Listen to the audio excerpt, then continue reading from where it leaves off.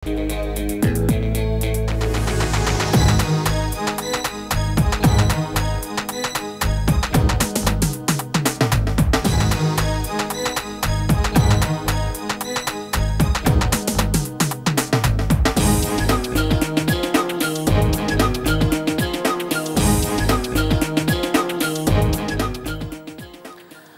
দর্শক, দেশে বিদেশে যে যেখান থেকেই দেখছেন সমসাময়িক গুরুত্বপূর্ণ বিষয় নিয়ে এনটিভির নিয়মিত আয়োজন আইএফআইসি ব্যাংক নিবেদিত এই সময়ে আপনাদের সবাইকে স্বাগত জানাচ্ছি। সাথে আছি আমি নজরানা চৌধুরী।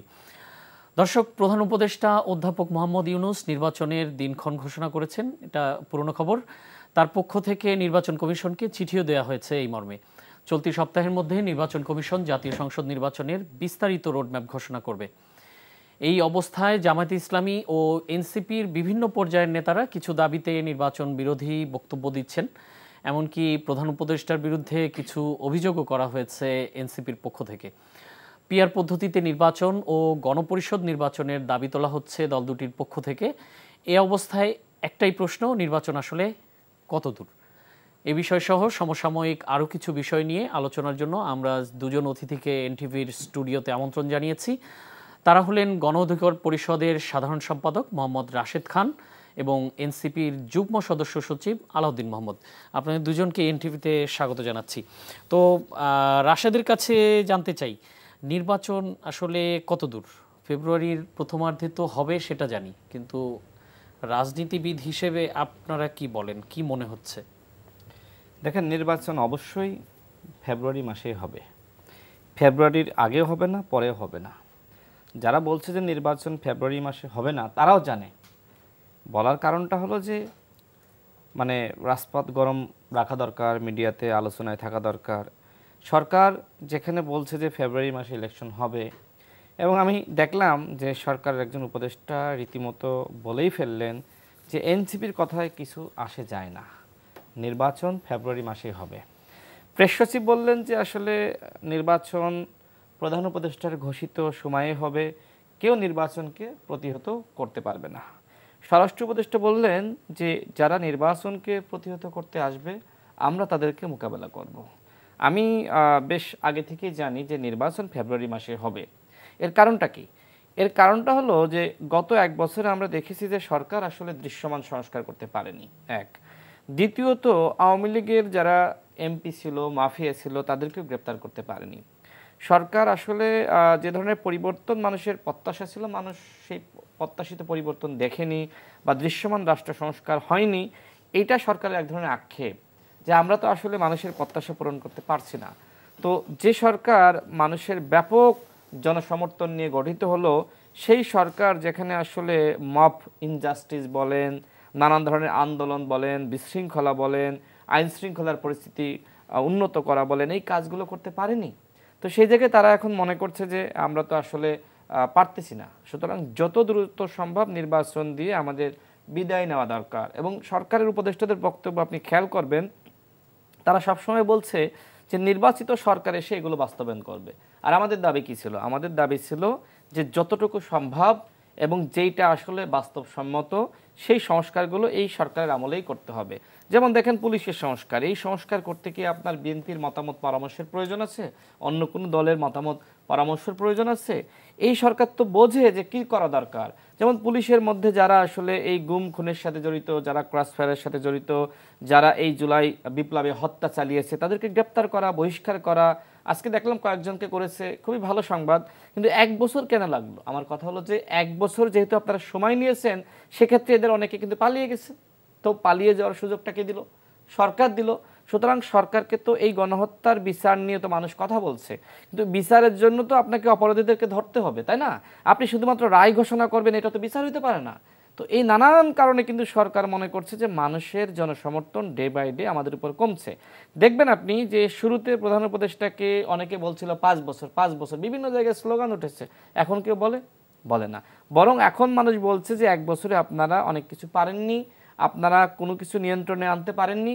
সুতরাং আপনারা যত দ্রুত সম্ভব আপনারা ঐক্যমতের ভিত্তিতে রাষ্ট্র সংস্কারের প্রস্তাবনাগুলো আপনারা যতটুকু বাস্তবায়ন করতে পারেন পারেন, আর যতটুকু না পারেন আগামী সরকারের হাতে ছেড়ে দেন। দ্বিতীয়ত, গণহত্যার বিচারের একটা সঠিক পথ মানুষকে দেখানোর জন্য বিচার বিভাগের যে স্বাধীনতা সেটা নিশ্চিত করেন। এরপরে আপনি একটা নির্বাচন দিয়ে দেন, এবং এই লক্ষ্যে ইতিমধ্যে কিন্তু সরকার রোড ম্যাপ ঘোষণা করেছে, এবং নির্বাচন কমিশন তারাও বলছে আগামী সপ্তাহের মধ্যে তারাও নির্বাচনের তারিখ ঘোষণা করবে। তো সেক্ষেত্রে এখন নির্বাচন আটকানোর সক্ষমতা, শক্তি কোনো দলের নাই। বাংলাদেশে আগামীতে কোনো দল নির্বাচনে অংশ নিক বা না নিক, ডক্টর মোহাম্মদ ইউনূস নির্বাচন যথাসময়ে করবে। আরেকটি বিষয় বলি, দেখেন এই সরকার কিন্তু চেয়েছিল, এনসিপি তো আসলে সরকারের ঘনিষ্ঠ দল, আমি বলছি সরকারের ঘনিষ্ঠ দল, এবং এইটা এনসিপি স্বীকার করে। ওই বিষয়ে আমরা পরে আসবো। আমি একটু আলাউদ্দিন মোহাম্মদ আপনার কাছে জানতে চাই, হঠাৎ করে আপনারা প্রধান উপদেষ্টার সমালোচনা শুরু করলেন কেন? বিশেষ করে আপনাদের এক নেতা 2-3 দিন আগে বলেছেন প্রধান উপদেষ্টা লন্ডনে গিয়ে সিজদা দিয়ে নির্বাচনের তারিখ নিয়ে এসছেন। তো হঠাৎ করে আপনাদের দল তো আসলে প্রধান উপদেষ্টা মানে প্রকারান্তরে বলেছেন যে আপনারাই নাকি নিয়োগকর্তা ওনার। তো সেই জায়গাটায় হঠাৎ করে আপনাদের এরকম আস্থাহীনতা তৈরি হলো কেন প্রধান উপদেষ্টার উপরে আপনাদের দলের? আপনাকে ধন্যবাদ। আমার বিজ্ঞ সহালোচক, বিজ্ঞ রাজনীতিবিদ রাশেদ খানকে শুভেচ্ছা, এবং যারা দেখছেন সবাইকে শুভেচ্ছা। হঠাৎ করেই যে আমরা প্রধান উপদেষ্টা কিংবা এই সরকারের সমালোচনা শুরু করেছি তা না, হয়তোবা এখন যেই ভাষার সমালোচনা হচ্ছে এটা অনেক বেশি আপনার কানে এসে লাগছে, অথবা অনেক বেশি খুব স্ট্রং মনে হচ্ছে। তো মূলত আপনি দেখেন যে গত ঈদের আগেই যখন প্রধান উপদেষ্টা এপ্রিলে নির্বাচনের ঘোষণা দিলেন, তারপর দেখা গেল যে ঈদের পরের সপ্তাহে যখন উনি লন্ডনে গেলেন, সেখান থেকে তিনি একটা নির্বাচনের টাইমলাইন ঘোষণা করলেন 2 মাস এগিয়ে।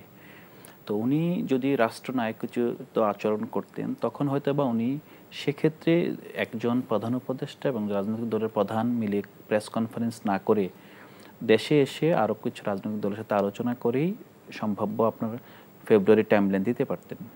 তো সেটা তখনই আমরা বলেছি যে আসলে এই সরকার দীর্ঘদিন ধরে যেই ছাত্র জনতার প্রতি কমিটেড ছিল, এবং এখানে যে বিচার এবং সংস্কারের প্রতি তার কমিটমেন্ট, বিভিন্ন কারণে, কিছু কারণ রাশেদ খান বলেছেন, আরও কিছু কারণ আছে, সবগুলো মিলিয়ে ধরেন সরকার পুরোপুরি একদিকে হেলে পড়েছে। এখন গণঅভ্যুত্থানের পর কোনো সরকার যদি তার যে এজেন্ডা সেগুলো বাস্তবায়ন করতে না পারে, তাহলে তাকে জনগণের কাছে ফিরে আসতে হবে, জনগণের কাছে আবার জবাবদিহি করতে হবে, জানাতে হবে যে আমি কেন পারছি না, আমার এখানে প্রতিবন্ধকতা কিসে। কিন্তু সেটা না করে আমরা দেখলাম সরকার খুব সহজ এক্সিট রুটের দিকে চলে গেল, যে নির্বাচন দিয়ে আমরা বরং এখান থেকে কেটে পড়ি, তা পরবর্তী সরকার এসে এখানে বিচার কতটুকু করবে, সংস্কার কতটুকু করবে, হ্যাঁ, কিংবা পরবর্তীতে আপনার এখন যে ঐকমত্য কমিশনে ঐকমত হওয়া যে বিষয়গুলো সেগুলো কতটুকু বাস্তবায়ন করবে, এই বিষয়গুলো কিন্তু জনগণকে উনি অনুরোধ করেছেন যে আপনারা রাজনৈতিক দলগুলোর কাছে কমিটমেন্ট নিয়ে নেবেন। কিন্তু দেখেন বাংলাদেশের জনগণ যেখানে রাজনৈতিক দলগুলোর কাছে বারবার প্রতারিত হয়েছে, এবং সর্বশেষ একটি দলের বিরুদ্ধে রাজপথে নেমে বন্দুকের গুলির সামনে রক্ত দিয়ে জনরায় দিয়েছে, সেই জনগণকে আপনি বলছেন আপনি রাজনীতিবিদদের কাছ থেকে প্রতিশ্রুতি নিয়ে নেবেন তারা যাতে এসে বাস্তবায়ন করে। এরকম যদি আইডিয়াল একটা সিচুয়েশন বাংলাদেশের রাজনীতিতে থাকতো, অবশ্যই বাংলাদেশের জনগণকে রক্ত দিতে হতো না। এখন যেই দ্বিতীয় বিষয়ে আসে, যে আমাদের যেই অভ্যুত্থানের থেকে উঠে আসা যে নেতারা এখন যেই উপদেষ্টাকে তারা আহ্বান করে ফ্রান্স থেকে নিয়ে এসেছিলেন, তার প্রতি কেন এত বিরাগ ভাজন হলেন বলে মনে হচ্ছে? আমার কাছে মনে হয় এটা ওনার প্রতি ব্যক্তিগত কোনো ক্ষোভ আক্রোশ নয়, বরং বাংলাদেশের প্রতিটি জনগণ এখন এটা অনুভব করে যে এই সরকার তার প্রতি প্রদত্ত যে দায়িত্ব যথাযথভাবে পালন করতে পারেনি। যদিও এই সরকারের গত 1 বছরে অনেক সফলতা আছে, সরকার এই আমাদের ভঙ্গুর অর্থনীতিকে পুনর্গঠনে দৃষ্টান্তমূলক অর্জন তার আছে, এবং বৈদেশিক বাণিজ্যে বিশেষ করে ট্রাম্প ট্যারিফের মতো অভিঘাত সামলানোতে সরকারের যথেষ্ট ভূমিকা আছে। পাশাপাশি বাংলাদেশ বহির্বিশ্বে তার যে নেগেটিভ ব্র্যান্ডিং হয়েছিল সেটার অনেকটাই অধ্যাপক ইউনূস এবং তার উপদেষ্টা পরিষদ ইতিবাচক ধারায় ফিরিয়ে আনতে সক্ষম হয়েছে। কারণ এখানে অনেক সফট পাওয়ার রোল প্লে করছে বিশ্বের বড় বড় মিডিয়া আউটলেটগুলো, ট্রাস্ট ওর্দি যে রেটিং এজেন্সিগুলো বাংলাদেশের পক্ষে কাজ করছে, বাংলাদেশকে আবারও একটা ট্রাস্টেড বিনিয়োগের জায়গা হিসেবে তুলে ধরছে। কোথায় কিন্তু বিনিয়োগের প্রবলেমের পরিস্থিতি তো খুবই খারাপ। না, আপনাকে একটা বিষয় বলি, বিনিয়োগের পরিস্থিতি খারাপ, আর আমি বলছি বিনিয়োগের জায়গা তুলে ধরছে। একটা বিষয় কনফিডেন্স, একটা রাষ্ট্রের প্রতি আপনি ধরেন বিনিয়োগ করবেন তাইওয়ানে, বিনিয়োগ করবেন কোরিয়াতে, হুট করে আজকে যখন স্যামসাংয়ের সিইওকে ধরে গ্রেপ্তার করে জেলে পোরা হলো, একটা ঘটনা এখান থেকে বিনিয়োগকারীরা সরে যায় না। কারণ 40-50 বছর ধরে একটা কান্ট্রির ব্র্যান্ডিং হয়। বাংলাদেশের ক্ষেত্রে যে নেতিবাচক ব্র্যান্ডিং তৈরি হয়েছে, বাংলাদেশের রাজপথে এখানে আইনশৃঙ্খলা বাহিনীর সদস্য এবং জনগণের একাংশের সাথে নিরস্ত্র আরেকটি অংশের মুখোমুখি সংঘাত বিশ্ববাসী প্রত্যক্ষ করেছে। এরকম একটা গৃহযুদ্ধ অবস্থার পর এই দেশে এসে ব্যবসা করবে, বিনিয়োগ করবে, যেখানে বাংলাদেশের ব্যবসায়ীরা এখান থেকে ক্যাপিটাল ফ্লাইট করে বাইরে নিয়ে যায়, শুধু চুরির ক্যাপিটাল না, বৈধ ক্যাপিটাল এখান থেকে সেফ হেভেনে নিয়ে যায়। সেক্ষেত্রে আমরা বিদেশি বিনিয়োগ আনার চেষ্টা করছি। সেটা আসলে এককভাবে এই 10 মাস 1 বছরে এটা পুরোপুরি একটা অযাচিত চাওয়া এই সরকারের কাছে। কিন্তু যে বিষয়টা আমি বলছিলাম, আমি নোক্তা দিয়ে বলছিলাম যে সরকারের জনগণের আস্থা এবং জনগণের প্রত্যাশিত যেই সংস্কার, রাষ্ট্র অভ্যুত্থানের পর এই সরকারের কাছে জনগণ যা চেয়েছিল তা সরকার দিতে পারে নাই। তারপরও এই সরকার এই দেশের স্টেবিলিটির ক্ষেত্রে, এই যে আমরা এখন রাজনীতির কথা বলছি, যে দলগুলো এখন দ্রুত নির্বাচনের মাধ্যমে ক্ষমতায় আসার কথা বলছে, ক্ষমতায় চলে আসবে যে কেউ, এটা কিন্তু যদি এখন অর্থনীতি নেতিবাচক ধারায় থাকতো, যদি আদানির যেই আপনার ঋণ অথবা আমরা বহির্বিশ্বের কাছে যেই মেগা প্রজেক্টের জন্য লোন এনেছিলাম, সেগুলোর যদি ইনস্টলমেন্টগুলো যদি যথাযথভাবে না দিতে পারতো, তখন দেখতেন কি নির্বাচনের কথা বলতো না। যখন ভঙ্গুর অবস্থায় থাকতো তখন চিন্তা করতো আরও কিছুদিন যাক। কিন্তু আমরা দেখেছি অবিশ্বাস্য দ্রুততার সাথে ভালো কিছু কাজ করেছে। ডেফিনেটলি আমরা এই রাষ্ট্রের কাছে, এই রাষ্ট্রের যে সংস্কার চেয়েছে, সংস্কার চাই, সেটা কিন্তু সরকার দিতে পারে নাই। এইটাই এখানে ক্ষোভের এবং এই সরকারের প্রতি জন অনাস্থার উৎস হিসেবে নতুন নতুন কারণ হিসেবে দেখা দিবে সামনের দিনগুলোতে।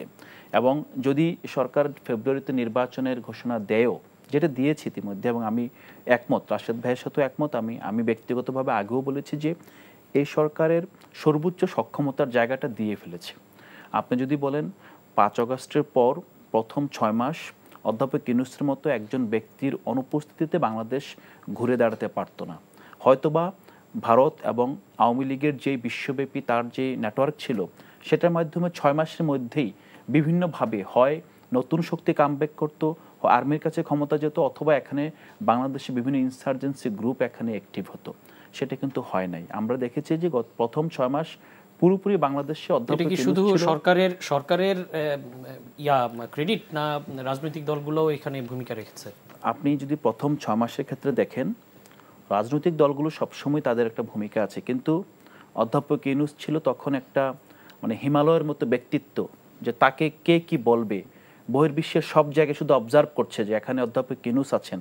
সো এই জায়গায় আসলে কে কি করবে, মানে all eyes are was on Bangladesh. তো এই যে জায়গাটা ধরেন, এই জায়গাটা আমি কাউন্ট করছি না। এর পরের 6 মাস গেল মোটামুটি স্থিতিশীলতা আনয়ন করতে। এখন যেই সামনের দিনগুলোতে আসবে, এখন সরকারের সত্যি যেটা দেখেছেন কিছুদিন গ্রেপ্তার শুরু হচ্ছে, এই জিনিসগুলো যদি আমরা দেখেছি যে আজ থেকে আরও 6 মাস পূর্বে বড় রাজনৈতিক দলগুলো সরকারকে নির্বাচনমুখী হওয়ার জন্য চাপ দিচ্ছিল, পাশাপাশি সরকারের যে রেগুলার যে কাজ, এই কাজগুলো কিন্তু সামহাও ডিস্টার্ব হচ্ছিল। এবং আপনি দেখেছেন এখানে মেয়র পজিশনকে কেন্দ্র করে ঢাকাকে আপনার টানা 1 মাস অবরুদ্ধ করে রাখা হয়েছিল, মেয়র অফিস বন্ধ ছিল।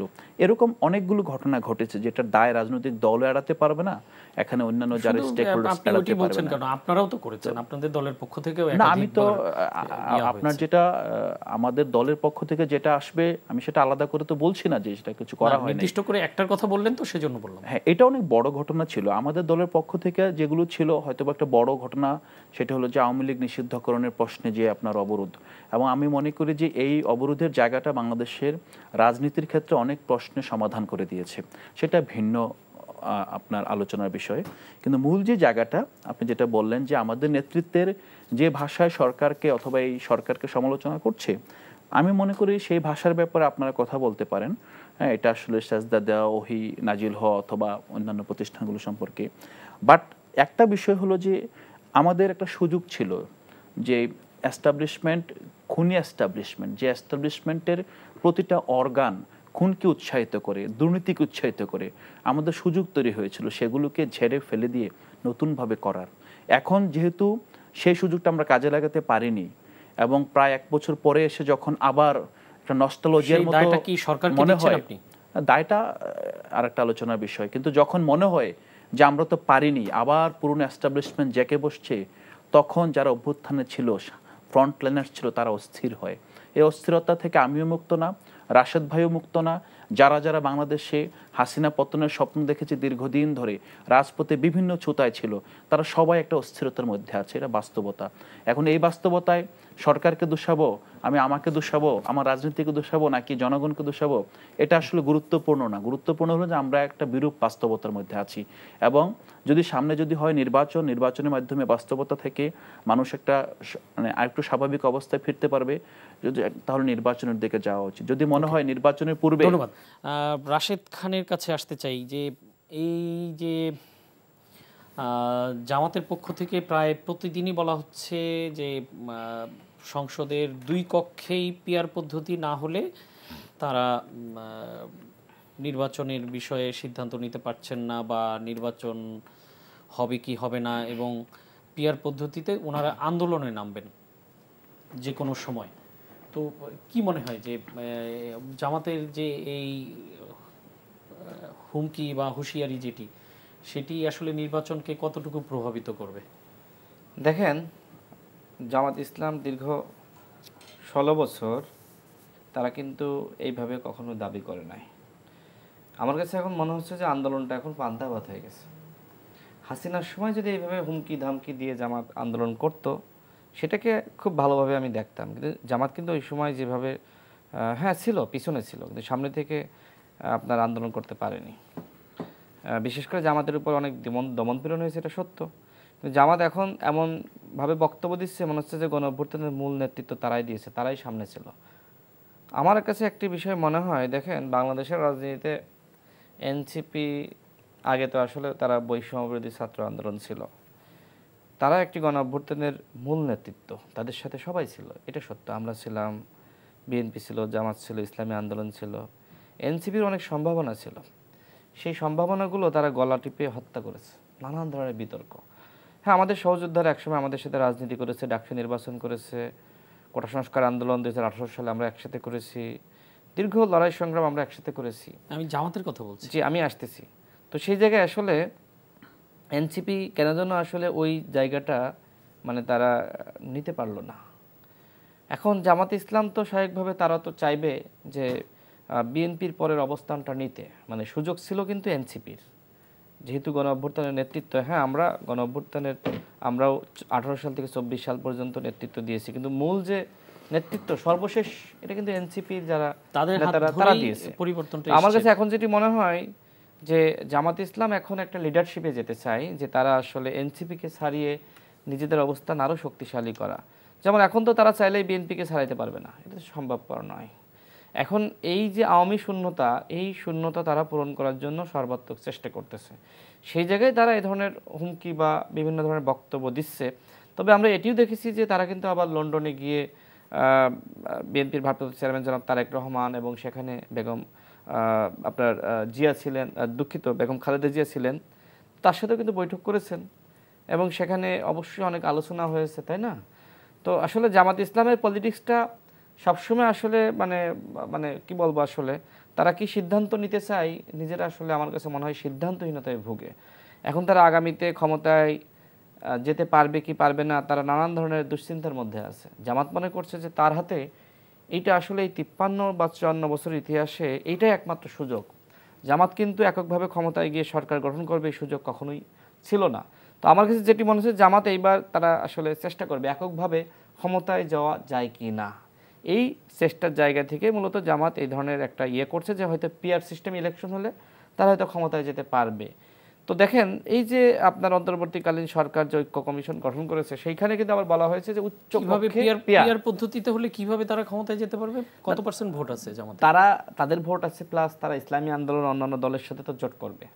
মানে আরো বিভিন্ন পদ্ধতিতে ভোট হলে তো বিদ্যমান পরিস্থিতিতে, বিদ্যমান ব্যবস্থায় অন্তত পক্ষে ন্যূনতম 51% ভোট পাইতে হবে যদি সরকার গঠন করতে চায় সবাই মিলে।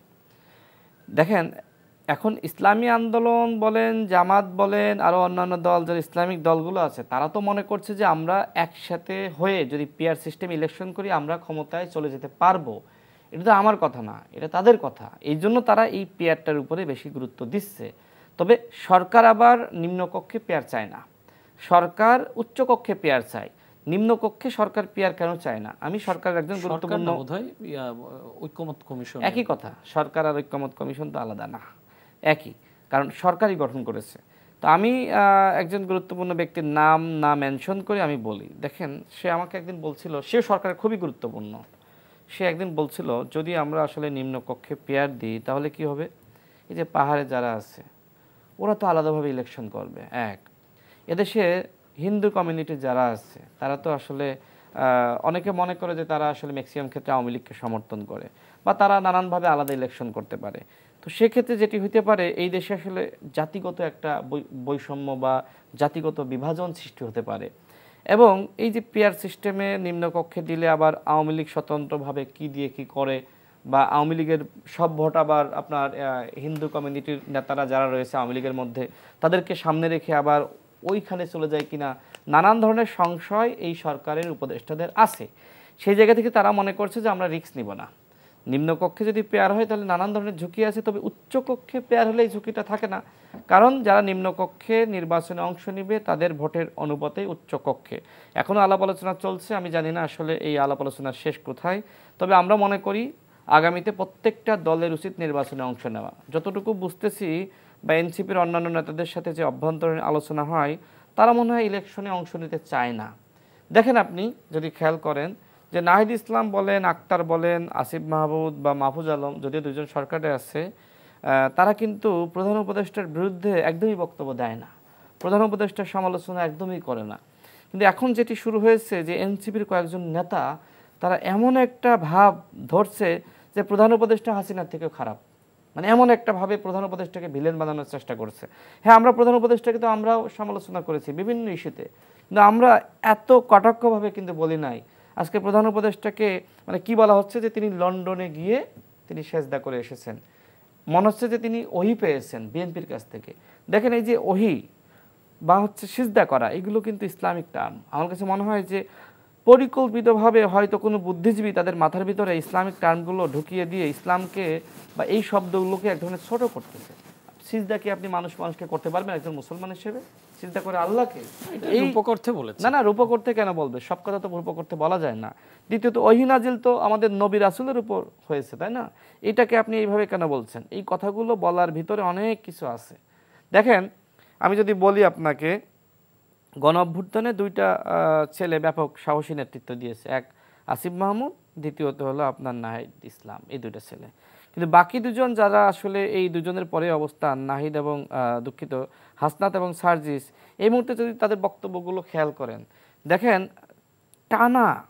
টানা সার্জিস কিন্তু সে কিন্তু টানা বিএনপির বিরুদ্ধে বক্তব্য দিচ্ছে, কখনো জামাতের বিরুদ্ধে জামাতের সমালোচনা করবে না। এক, দ্বিতীয়ত কখনো আওয়ামী লীগের সমালোচনা তার সামনে আমি এই মুহূর্তে দেখতেছি না, কারণ সে আওয়ামী ঘরের সন্তান। এবং আমি যতটুকু জানি যে 3 আগস্ট এবং 5 আগস্টের যে সিদ্ধান্ত, এই সিদ্ধান্তের সাথে কিন্তু হাসনাত এবং সার্জিসকে রাখা হয়নি, কারণ তারা কিন্তু সন্দেহের চোখে ছিল। নেত্র নিউজের সংবাদ যদি আপনি দেখেন, সেখানে কিন্তু নাহিদ ইসলাম নিজে বলেছে যে হাসনাত এবং সার্জিসকে বহিষ্কার করা হয়েছে। কেন? ওই যে সরকারের সাথে সংলাপ করা, রক্তের উপর দিয়ে সংলাপ করা। আমি আমার প্রথম বক্তব্যে যে কথাটা আমি শেষের দিকে বলতে চেয়েছিলাম যে এইটা তো আসলে ওপেন সিক্রেট। এনসিপি যে আসলে সরকারের ঘনিষ্ঠ একটি রাজনৈতিক দল, এটা ওপেন সিক্রেট। দেখেন প্রধান উপদেষ্টা বলেন, অন্যান্য উপদেষ্টারা বলেন, তারা কিন্তু চেয়েছিল বাংলাদেশে একটি মধ্যপন্থী বড় দল তৈরি হোক। সেই জায়গা থেকে এনসিপিকে তারা অনেক সুযোগ দিয়েছে।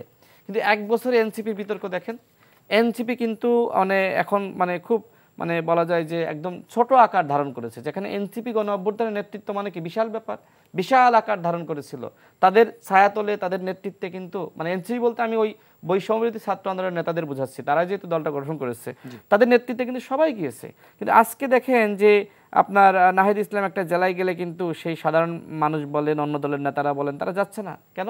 রাক্ষসের জায়গা থেকে, যে তোমাদের নেতৃত্বে 1 বছর আগে গেলাম, এখন তুমি আমার গাইলাচ্ছ, আমার বিরুদ্ধে বলতেছো, জিয়াউর রহমানকে তুমি লুটেরা বলতেছো, তুমি সালাউদ্দিন আহমেদকে বলতেছো শামীম ওসমান গডফাদার, তুমি হচ্ছে আপনার আপনার বাবর সাহেব, যার উপর আওয়ামী লীগের এত ক্ষোভ। হ্যাঁ, আপনি ভারত যেভাবে বয়ান সৃষ্টি করেছে, ভারতের সেই বয়ানে আপনি বক্তব্য দিচ্ছেন। আরও খেয়াল করেন যে এনসিপির নেতারা আরও যে ভুলটা করতেছে, সেনাবাহিনীর কি গণঅভ্যুত্থানের ভূমিকা নাই? সেনাবাহিনী কি ললিপপ খাচ্ছিল? আমরা নির্বাচনে থাকি, যে আমি নির্বাচনে আসতেছি, তো সেই সেনাবাহিনীকে বলা হচ্ছে মাথায় ঘিলু নাই, অস্ত্র চালাইতে পারে না।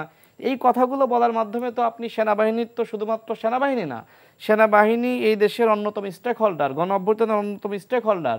এই সেনাবাহিনীর মধ্যে যারা সৈনিক পর্যায়ে আছে, এদের পরিবার রয়েছে, আত্মীয় স্বজন রয়েছে। হ্যাঁ, সেনাবাহিনীর যে আপার লেভেলে শেখ হাসিনা তাদের অনেককে বিতর্কিত করেছিল, যেমন জিয়াউল আহসান, এরকম হয়তো আরও থাকতে পারে। কিন্তু আপনি পুরো সেনাবাহিনীর সৈনিকদেরকে বলছেন এরা গুলি চালাইতে পারে না, এদের মাথায় ঘিলু নাই, অথর্ব। এইভাবে তো কথাবার্তা বললে ভাই ম্যাচুরিটি আসলে কোন লেভেলে প্রকাশ পায় সেটা আপনি বোঝার চেষ্টা করেন।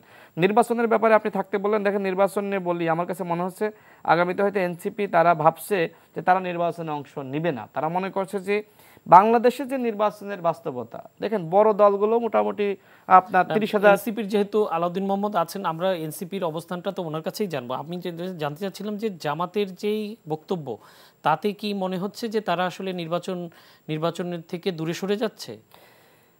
শুধু জামাত না, জামাতের কাছাকাছি বক্তব্য এনসিপি, ইসলামী আন্দোলন সহ কয়েকটি দল দিচ্ছে। আমার কাছে মনে হয় যে এই যে ডক্টর মোহাম্মদ ইউনূস তিনি যে নির্বাচনের আয়োজনটা করবেন, তার আন্ডারে, তার সরকারের অধীনে যে নির্বাচনটা হবে, এই নির্বাচনটা কোনোভাবেই হাসিনার মতন নির্বাচন হবে না।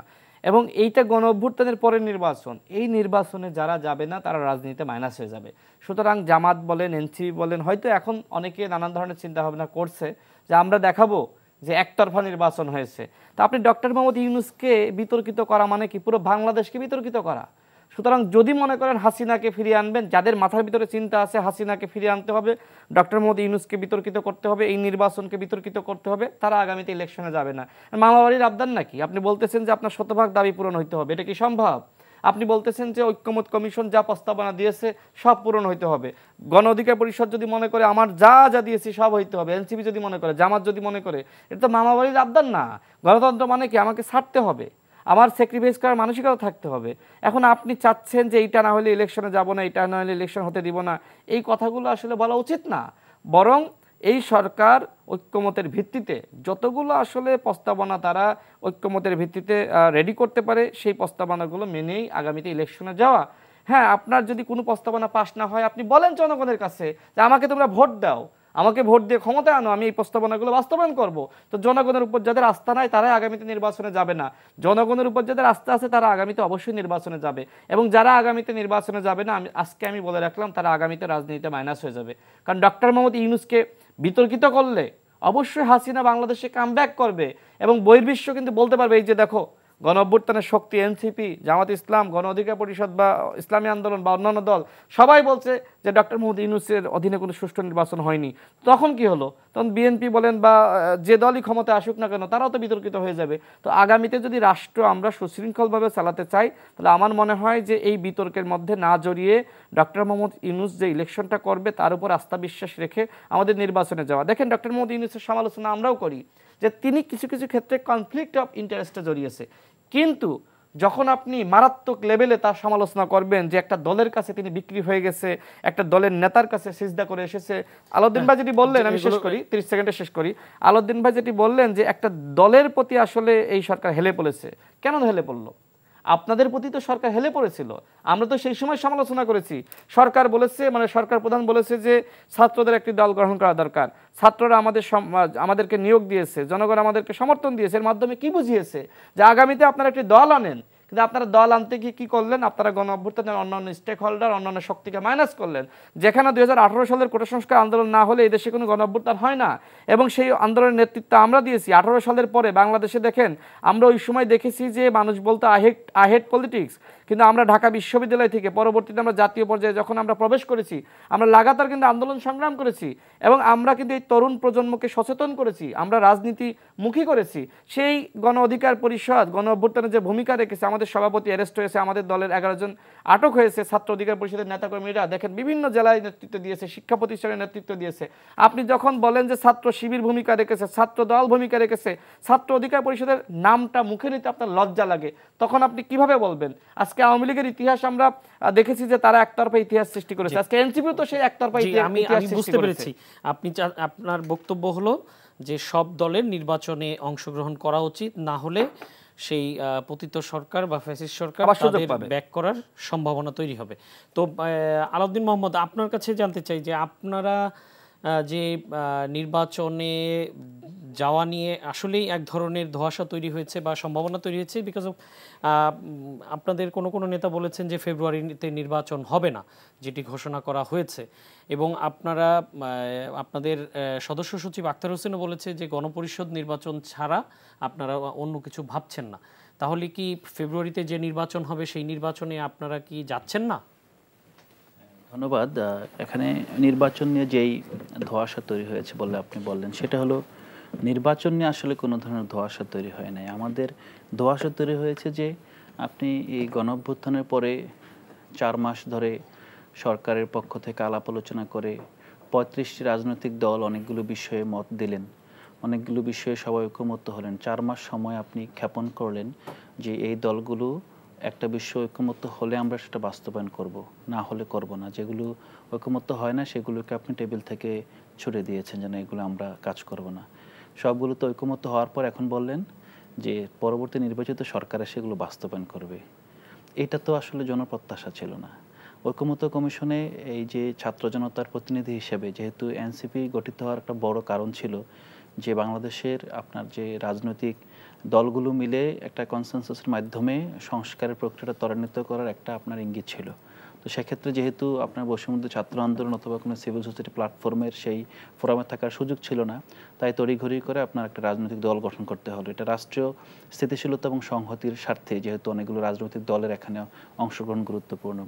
সেই প্রেক্ষাপটে আপনি ঐকমত্য কমিশনে যখন আপনি আমাদেরকে দাওয়াত দিয়ে নিয়ে আসলেন, আমাদেরকে তখন অপশন দিলেন ঐকমত্য কমিশনে যেই সিদ্ধান্তগুলো আসবে, যেই বিষয়গুলোতে সবাই একমত হবে, 1 নাম্বার হলো যে এগুলো বাস্তবায়ন হবে গণপরিষদ নির্বাচনের মাধ্যমে, 2 নাম্বার হলো গণভোটের মাধ্যমে, 3 নাম্বার হলো অর্ডিন্যান্স জারি করবে, পরবর্তী সরকারে নির্বাচিত সংসদে সেই অর্ডিন্যান্সগুলো রেটিফাই করা হবে। এখন আপনি ঐকমত্য কমিশনে আলাপ আলোচনা শেষ, আমরা সেই প্রত্যাশায় আমরা 3 মাস অংশগ্রহণ করলাম। আমরা কিন্তু অংশগ্রহণ না করতে পারতাম যে আমরা রাজপথে আমরা গণপরিষদ নিয়ে থাকবো, কিন্তু আমরা অংশগ্রহণ করেছি কেন? কারণ এখানে অপশন ছিল। সরকার যখন আপনার এই সিট দিয়েছিল প্রতি রাজনৈতিক দলে, সেখানে অপশন দিয়েছিল। আমরা দাগ দিয়েছি যে এই অপশনে আমরা চাই, এবং আপনি যদি দেখেন 35টা দলের ভিতরে যে মেজরিটি চিন্তা করেন, মেজরিটি দাগ দিয়েছে গণপরিষদ নির্বাচন চাই অথবা গণভোট চাই। অর্ডিন্যান্সের পক্ষে খুব অল্প আপনার সংখ্যক মানুষ রায় দিয়েছে।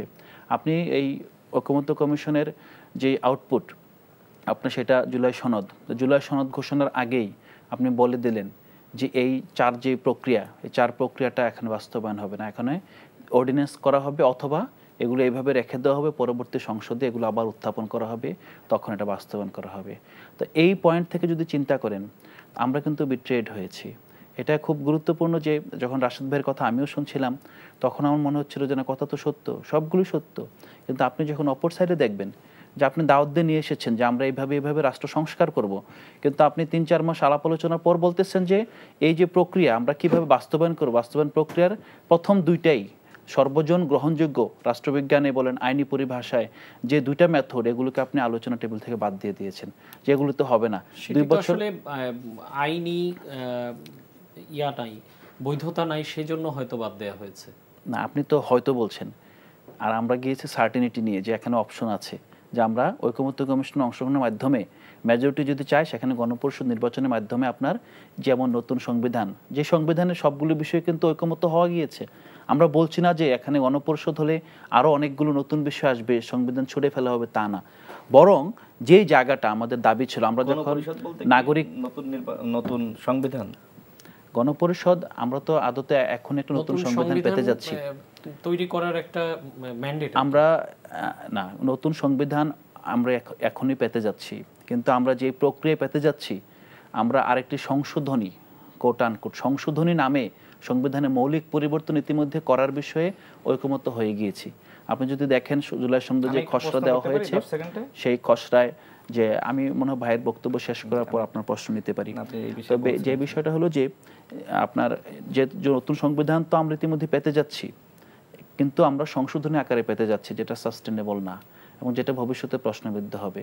এবং ভবিষ্যতে যখন প্রশ্নবিদ্ধ হবে এই পুরো প্রক্রিয়ায় গণঅভ্যুত্থানের পরে যে সংস্কার প্রক্রিয়া যে কোনোভাবে আপনার এই সময়টাকে আপনার ইতিহাসে আমরা লস্ট একটা অপরচুনিটি হিসেবে দেখব।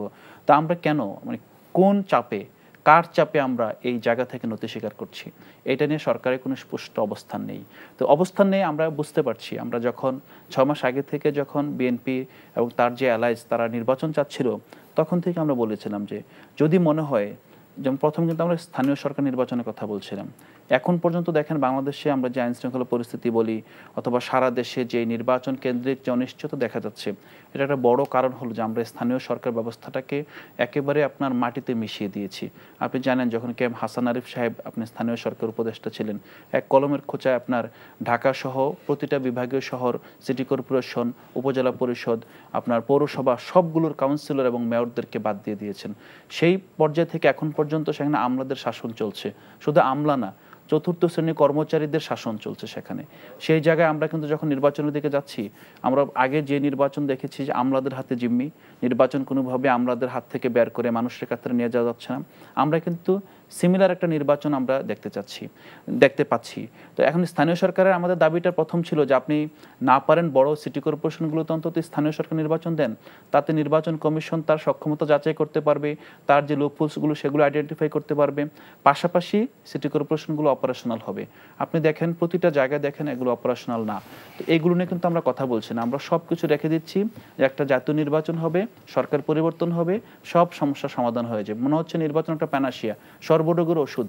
কিন্তু যে ওষুধগুলো, যেটা রাশেদ ভাই আগে তার বক্তব্য বলছেন, অনেকগুলো তো এই সরকার কাউকে জিজ্ঞেস না করে ফেলতে পারতেন, সেই বিষয়গুলো কেন করছেন না? এই জায়গায় যদি দেখেন আপনার, আমরা যখন নির্বাচনের কথা বলছি, আমরা এখনো বলছি যে এই গণঅভ্যুত্থানের পর একটা নতুন সরকার আসবে, এটা খুবই স্বাভাবিক প্রক্রিয়া এবং গ্রহণযোগ্য নির্বাচন হতে হবে, এটা একেবারে ন্যায্য একটা দাবি। কিন্তু যদি মনে হয় 18তে যে নির্বাচন হয়েছে, যে কোনো কারণে হোক, 18তে যখন বিএনপি জয়েন করেছিল, রাতে ভোট হয়ে গিয়েছে, নির্বাচনটা আপনার প্রশ্নবিদ্ধ হয়েছে এবং নির্বাচন কোনো জাতির জন্য কোনো কার্যকর ফল আনতে পারে নাই।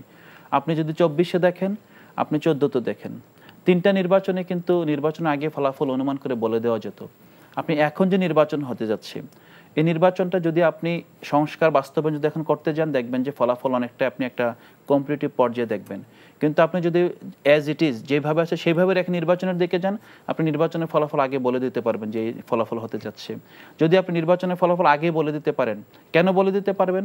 এখানে একটা বিষয় আছে। গতকালকে আমরা দেখেছি যে আপনার বিএনপির একজন সিনিয়র নেতা আলতাফ হোসেন চৌধুরী তার বাড়িতে বসে বলছেন যে আমরা দখল করেছি টেম্পো স্ট্যান্ড আর লঞ্চ ঘাট, আর জামাত দখল করেছি ইউনিভার্সিটি এবং প্রশাসন। দেখেন আপনার এটা কতটা প্রচ্ছন্ন যে এখন আমরা টক শোতে কিংবা ফরমালি বলতে গেলে লজ্জা হয় যে আসলে এটা, কিন্তু ওনারা নিজেরাই নিজেদের কর্মীদের বলছেন, উনি কিন্তু ওনার দলকে ভৎসনা করে বলছেন যে তুমি গিয়েছো র পাওয়ার এক্সারসাইজ করতে। আমি আমার পয়েন্টটাতে চলে আসছি। নির্বাচনে আপনারা যাবেন কিনা? অবশ্যই নির্বাচনে যাব, কিন্তু আমাদের যে নির্বাচনে আমরা যাব, গণঅভ্যুত্থানের পরে রাজনীতির যেই বৈধতা, গণঅভ্যুত্থানের পরের সরকারের যে ম্যান্ডেটের প্রথম 2 ম্যান্ডেট হলো তার বিচার করতে হবে। আমি মানলাম যে বিচারের ক্ষেত্রে দৃশ্যমান অগ্রগতি হচ্ছে। দ্বিতীয়ত হলো যে সংস্কারের ক্ষেত্রে আমরা কোনো অগ্রগতি দেখতে পাচ্ছি না, বরং আমরা দেখেছি আপনি সব প্রিপারেশন নিলেন, প্রিপারেশন নেওয়ার পর বলছেন পরীক্ষা এখন দিব না, পরীক্ষা দেব আরেকদিন এসে। এই জায়গাটা সরকারকে আপনার এবং সরকারের সাথে যে রাজনৈতিক দলগুলো আছে যাদের কারণে সরকার যেটা বলছে যে হেলে পড়ার বিষয়টা, প্রকারান্তর রাশেদ ভাই স্বীকার করেছেন সরকার হেলে পড়েছেন। এই যে হেলে পড়ার বিষয়টা আমরা মনে করি যে সরকার হেলে পড়ার কোনো কারণ নেই। সরকারে এখনো জনভিত্তি আছে, সরকার সোজা হয়ে দাঁড়িয়ে বলুক যে আমি এগুলো বাস্তবায়ন করতে চাই, তখন আমরা দেখব কে বাধা হয়ে দাঁড়ায়। কিন্তু গণঅভ্যুত্থানের ফসল ঘরে তোলার আগে আমরা নির্বাচন করব, আমরা জাতির সামনে আমরা বেঈমান হিসেবে, আমরা সুবিধাবাদী হিসেবে, আমরা ক্ষমতালোভী হিসেবে আমরা নিজেদের চিহ্নিত করতে চাই না। আমরা নির্বাচন তখনই করব যখন মনে হবে যে বাংলাদেশের নির্বাচন ব্যবস্থা জনরায়ের জন্য এবং ইচ ভোট কাউন্টসের জন্য উপযুক্ত হয়েছে। সেটা আমাদের ন্যায্য দাবি। এবং আমরা যদি মনে হয়, যেটা রাশেদ ভাই বললেন যে রাজনীতি থেকে মাইনাস হয়ে যাবে, আমরা রাজনীতি থেকে ইতিমধ্যে মাইনাস, আমরা রাজনীতিতে কোনো প্লাস এখনো হয় নাই। আমরা প্লাস হওয়ার জন্য এসেছি। এটার জন্য যত সময় লাগবে আমরা আমাদের মৌলিক দাবিগুলো নিয়ে আমাদের সেই পার্টি লাইনে আমরা হাঁটবো। আমরা এই নির্বাচনে গিয়ে সমঝোতা করে আসন নিয়ে সংসদে চলে যাব। আমরা জনগণের সেই যে প্রত্যাশা, যে পরিবর্তনের আকাঙ্ক্ষা, যে পরিবর্তন আত্মবিশ্বাস তরুণদের উপর রেখেছে, আমরা সে আত্মবিশ্বাসে ভাটা হতে দেব না। কারণ বাংলাদেশের জনগণের, এই তরুণদের আর কোনো আপনার সুযোগ নেই আরেকটা রক্তাক্ত গণ অভ্যুত্থানের। আমরা সবাই সেটা চাই। যতদূর আপনার কথা শুনে মনে হলো, আপনার বক্তব্য শুনে মনে হলো যে এই অবস্থা চলতে থাকলে ফেব্রুয়ারিতে যে নির্বাচন হবে সেই নির্বাচনে আপনারা যেতে আগ্রহী নন, এটাই কি? না, আমি তো ফেব্রুয়ারির তো লম্বা সময়, 6 মাস সময়, 180 দিন প্রায় সময় রয়েছে। সংস্কার ছাড়া 180 দিন সময় লাগে না। এটা আপনার 18 ঘন্টা সময় রাজনৈতিক দলগুলোকে নিয়ে সরকার বসলে সিদ্ধান্ত চলে আসতে পারে নির্বাচনের আগে আমার চেকলিস্ট কি কাজ করতে হবে। আমাদের দাবি আবারও বলছে, দেখেন সত্যিকার অর্থেই আপনারা বুঝবেন, ধরেন আমাদের সংসদ নির্বাচন করে জিতে আসার এই মুহূর্তে ক্যাপাসিটি এবং এই বিদ্যমান ব্যবস্থার মধ্যে আমাদের তেমন কোনো আগ্রহ নেই। আমাদের আগ্রহ আছে সিস্টেম পরিবর্তন। সিস্টেম পরিবর্তনের পর যদি মনে হয় যে আমরা ঘরে ফিরে যাবো, আমরা ঘরে ফিরে যাব, কিন্তু আমরা নিরাপদে ঘরে ফিরে যেতে চাই। ঘরে ফিরে যাওয়ার পর নিশ্চিত হতে চাই যে আমাদের রাজনীতি জনমানুষের রাজনীতি প্রতিষ্ঠিত হয়েছে। সেই রাজনীতির জন্য আমাদের ঘর থেকে বের হয়ে আসা। জি জি জি, বুঝতে পেরেছি।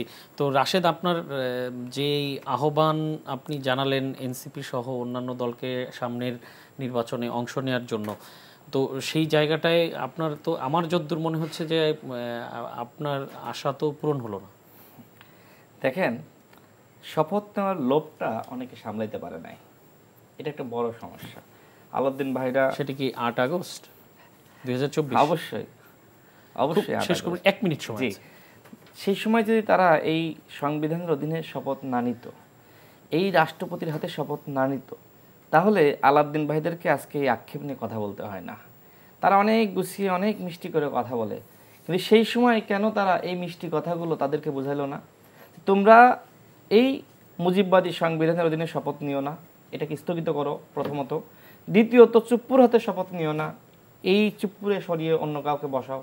তখন কথাবার্তা না শেষ করেই তারা ভাবলো যদি আমরা 8 আগস্ট শপথ না নিই তাহলে হয়তো ছাত্রদের হিস্সা আদায় হবে না। তো হিস্সা তো আদায় করেই ফেলিয়েছেন 8 আগস্ট, আর কিসের বাকি আছে? এখন আপনারা যেসব কথাবার্তা বলছেন এগুলো কেন বাস্তবায়ন করেননি? নাহিদ ইসলাম তো আপনার প্রায় 6 মাস সরকারে ছিল, গণমাধ্যমের কি সংস্কার করেছে? তিনি তো অনেক কমিটমেন্ট এখন জাতিকে দিচ্ছেন, কিন্তু তখন তিনি কি কমিটমেন্টের বাস্তবায়ন করেছেন? আলাউদ্দিন ভাইয়ের কথাগুলো নাহিদ ইসলাম কেন? নাহিদ ইসলাম ডক্টর মোহাম্মদ ইউনূসের পরে সব থেকে প্রভাবশালী উপদেষ্টা ছিল, তিনি কেন এগুলো বাস্তবায়ন করে আসেননি? এখনো পর্যন্ত সরকারের ছাত্রদের 2জন উপদেষ্টা আছে, তারা কি করছেন? তারা যদি বলে যে এই উপদেষ্টার কারণে আমরা এটা পারতেছি না, ওই উপদেষ্টাকে তো জনগণ ধোলাই করবে, বলছে না কেন? এই 2জন তো ছাত্র উপদেষ্টা। আজকে তাদের মূলত সমস্যাটা হলো তারা আসলে নিজের জন্য অন্যের জন্য কুয়া খুঁজেছিল, সেই কুয়া আজকে নিজেরাই পড়েছে। অন্যদেরকে মাইনাস করতে গিয়ে নিজেরা এখন মাইনাস হয়ে গেছে, যে কথা আলাউদ্দিন ভাই নিজেই বললো। আমি সর্বশেষ বলি, দেখেন নির্বাচনে এনসিপি যদি না যায়, এনসিপি রাজনৈতিকভাবে পিছিয়ে পড়বে। কারণ এই নির্বাচনটা ডক্টর মোহাম্মদ ইউনূসের অধীনে নির্বাচন, এবং ডক্টর মোহাম্মদ ইউনূসের নিয়োগকর্তা হলো এনসিপি, প্রত্যেকটা উপদেষ্টার নিয়োগকর্তা এনসিপি। এখন আপনি নির্বাচনে না গিয়ে আপনার সরকারকে আপনি বিতর্কিত করবেন, তার মাধ্যমে তো এনসিপির রাজনীতি ক্ষতিগ্রস্ত হবে। জি, ধন্যবাদ, আমরা বুঝতে পেরেছি। পরবর্তীতে নিশ্চয়ই আরও আলোচনা করতে পারবো বিশদভাবে। আজকে আমাদের সময় শেষ। দর্শক, এই ছিল আজকে আমাদের এই সময়ের আয়োজন। বর্ষাকাল চলে গেলেও টানা বৃষ্টি হচ্ছে, যে কারণে মশাবাহিত ডেঙ্গু ও চিকুনগুনিয়ার প্রকোপ বেড়েছে। ডেঙ্গু আক্রান্ত হয়ে চলতি বছর এ পর্যন্ত মৃত্যুর সংখ্যা আগেই 100 ছাড়িয়েছে। চিকিৎসকদের আশঙ্কা সামনের দিনগুলোতে এই প্রকোপ আরও ভয়াবহ আকার ধারণ করতে পারে। ডেঙ্গু ও চিকুনগুনিয়া থেকে পরিত্রাণ পাওয়ার একমাত্র উপায় নিজেদের আশেপাশের পরিবেশ পরিষ্কার পরিচ্ছন্ন রাখা। এ বিষয়ে সবাইকে সজাগ থাকা ও সতর্কতা অবলম্বনের আহ্বান জানিয়ে আজকের মতো বিদায় নিচ্ছি। এনটিভির সাথে থাকার জন্য ধন্যবাদ। শুভরাত্রি।